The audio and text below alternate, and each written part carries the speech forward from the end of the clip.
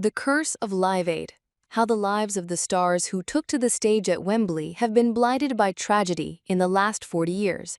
Phil Collins performed on both sides of the Atlantic in one day, and Freddie Mercury was so perfect that Live Aid is often incorrectly cited as his final performance with Queen.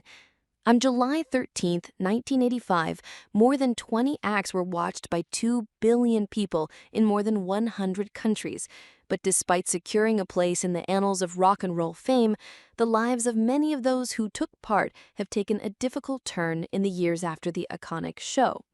Artists including Status Quo, Spandau Ballet, Phil Collins, and Sting took to the stage at Wembley Stadium, while another concert took place simultaneously in Philadelphia, raising more than £40 million for famine relief in Ethiopia, the equivalent of £100 today. With this Sunday marking 40 years since the epic event, it serves as a reminder of the heartbreaking circumstances that enveloped Summit stars in the years that followed. Sir Bob Geldof was catapulted to fame in the 1970s as the lead singer of the Boomtown Rats and is now equally famous for his charity work.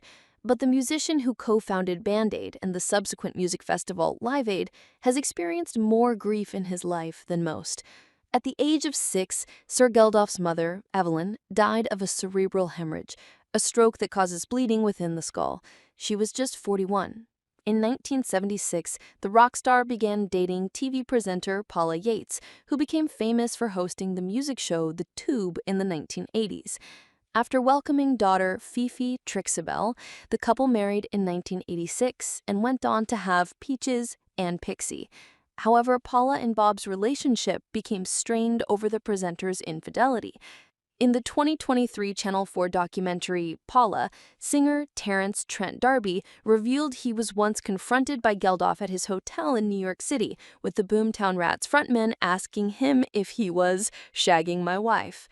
In 1995, Paula hit headlines when she left her husband for Australian rock star Michael Hutchene, having interviewed him on the Big Breakfast show the year before. The celebrity couple welcomed daughter Tiger Lily Hutchene in July 1996. The following year, Michael was found dead in a Sydney hotel room. A coroner found Michael had killed himself while depressed and under the influence of alcohol and drugs, but there was never a public inquest. Paula Yates claimed her lover likely died accidentally while choking himself for sexual pleasure, as the pair had engaged in similar sex games. Tragically, Paula then died in 2000 at her Notting Hill home after an accidental heroin overdose. 4-year-old Tiger Lily raised the alarm when she told Paula's friend, who had called the house, that she was unable to wake her mother. After the death of both her parents, Tiger Lily was formally adopted by her 3 sisters' father. In 2014, Sir Bob Geldof's second daughter, Peaches, died of a drugs overdose 10 times bigger than the one that killed her mother. Peaches left behind her 2 sons, Astala, 3, and Phaedra, 2, and husband Thomas Cohen.